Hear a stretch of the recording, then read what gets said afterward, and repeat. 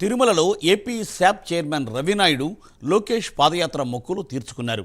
లోకేష్ యువగళం పాదయాత్ర చేపట్టి 2 ఏళ్లు పూర్తయిన సందర్భంగా తిరుమల శ్రీవారి ఆలయానికి ఎదురుగా ఉన్న అఖిలాండం వద్ద కొబ్బరికాయలు కొట్టి తమ మొక్కును చెల్లించుకున్నారు.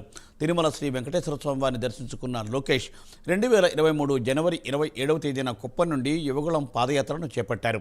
ఈ పాదయాత్ర ఆంధ్రప్రదేశ్ రాజకీయాల్లో ప్రకంపనలు సృష్టించింది, ప్రజలను ఆలోచింపచేసింది, యువతలో మార్పు తీసుకొచ్చింది. 226 రోజుల పాటు పాదయాత్ర కొనసాగింది. పాదయాత్ర సాగినన్ని రోజులకు సంకేతంగా 226 కొబ్బరికాయలు కొట్టి మొక్కులు తీర్చుకున్నారు. తిరుమలేశుని ఆశీర్వాదంతో లోకేష్ యాత్ర విజయవంతమై లక్ష్యం నెరవేరిందని శాప్ చైర్మన్ రవినాయుడు తెలిపారు.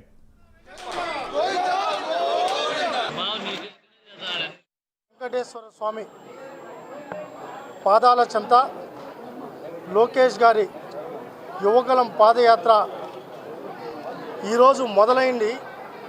ఆయన ఆశీస్సులు, వెంకటేశ్వర స్వామి ఆశీర్వాదం తీసుకొని కుప్పంలో ఇదే సమయానికి 11 గంటల 40-50 నిమిషాల మధ్యలో మొదటి అడుగు వేయడం జరిగింది.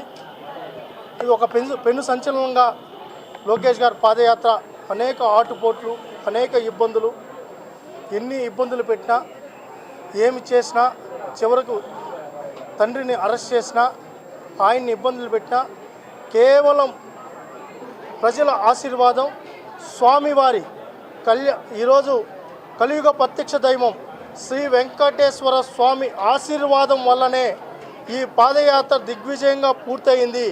226 రోజులు 3123 కిలోమీటర్లు పాదయాత్ర దిగ్విజయంగా